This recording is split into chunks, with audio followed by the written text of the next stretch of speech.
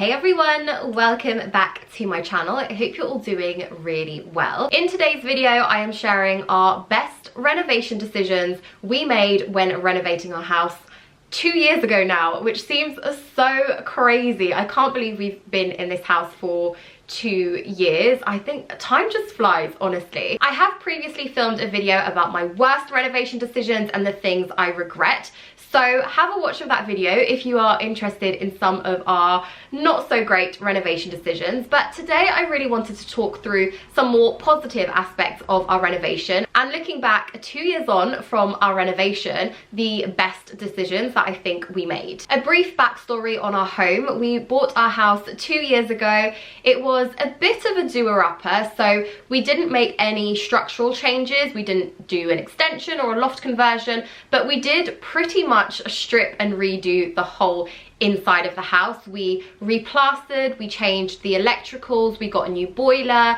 we stripped out the kitchen and redid the kitchen. We also redid the bathroom, and actually there we did have a slight structural change where we just removed the wall that was separating two bathrooms. If you're interested in a deep dive look at our renovation, then I do have a few videos up on my channel, so I will link them in the description box and probably in a card on screen as well, so you can just click through and watch those videos if you want to see more of the renovation progress. But now, 2 years on from our renovation, I thought I would finally sit down and share some of our best renovation decisions. The first mention has to be for our flooring, because it's one of those decisions that both Andrea and I agreed on instantly, which, believe me, it's very hard to make decisions as a couple on aspects of the home that both of us will love. But one aspect we did immediately both agree on was having wood flooring throughout our home. Our bedrooms, our corridors, living room, dining room, everything has wood flooring, and we were both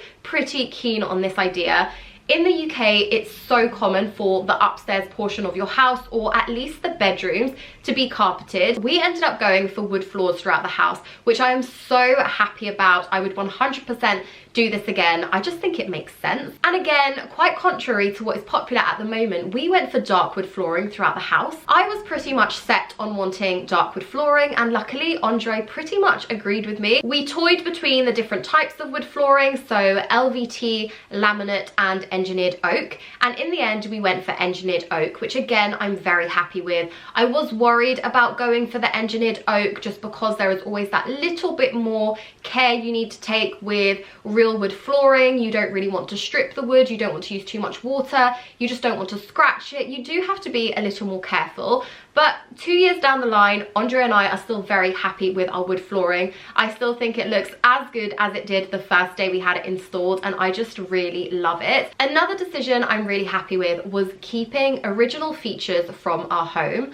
Our house is a 1930s build, and I'm pretty sure that we are only the third people to own this home, which seems absolutely crazy considering how old this house is, but I also think that makes it feel all the more special actually as well. So there are quite a few original features in our home that I am so happy we kept. The first being the picture rails, which you can see here behind me. Not only are they a great way to hang up prints and frames around the home without having to make any holes on the walls, I also really love just this division that they give to the room, and I'm just really happy that we did this throughout the home. I'm really happy we kept the picture rail because I do genuinely think that it adds a little bit more interest to a room. Onto the kitchen now. We have a galley kitchen, so it's not particularly big, but I think it's still a good decent size for us. We did rip out the old kitchen and install a new kitchen, and actually one thing I was really stuck on was the countertops. I think countertops can really make or break a kitchen, but countertops can also be so expensive. There's so much out there, there's so many different materials you can use, there's just a lot of choices, and as I said, in the midst of a renovation, you really do start to feel the decision fatigue. I mean, I definitely did. Initially, we were going for a real wood countertop, but then we sort of started looking into it and thinking about it and looking at pricing as well, if I'm being completely honest. And in the end, we actually went for, I think it's like an MDF laminate kitchen countertop instead. And honestly, I'm so happy that we did. As long as it's functional, looks good, easy to clean and easy to maintain, I feel like that's all you could really ask for in a kitchen. So I'm really happy that rather than going for the more expensive option, we went for the cheaper alternative in this case without hindering the look or use of our kitchen. Next on my list of best renovation decisions are our built-in alcoves. I love these. And whilst we didn't do these immediately in the bulk of our renovation, we actually waited a few months to do the built-in alcoves, purely down to budgeting, if I'm being completely honest. We did look at DIY options for built-in alcoves, but in the end, we did actually get some carpenters to do this for us. It was definitely more expensive than if we had DIY'd it ourselves, but I don't regret it. I'm really happy that we actually got carpenters in to do this, because if we were to DIY this, it would never be bespoke sizing, so we wouldn't have got as much storage out of the alcoves as we have been able to get, because essentially the cabinets are built to size. So the cupboards pretty much go wall to wall, and then of course the shelves are wall to wall as well, and I really think that's worth the extra money. We did try to save in other ways by painting them ourselves and little things like that, but I'm so happy that we got these done by professional carpenters, because I don't think we could have done a better job,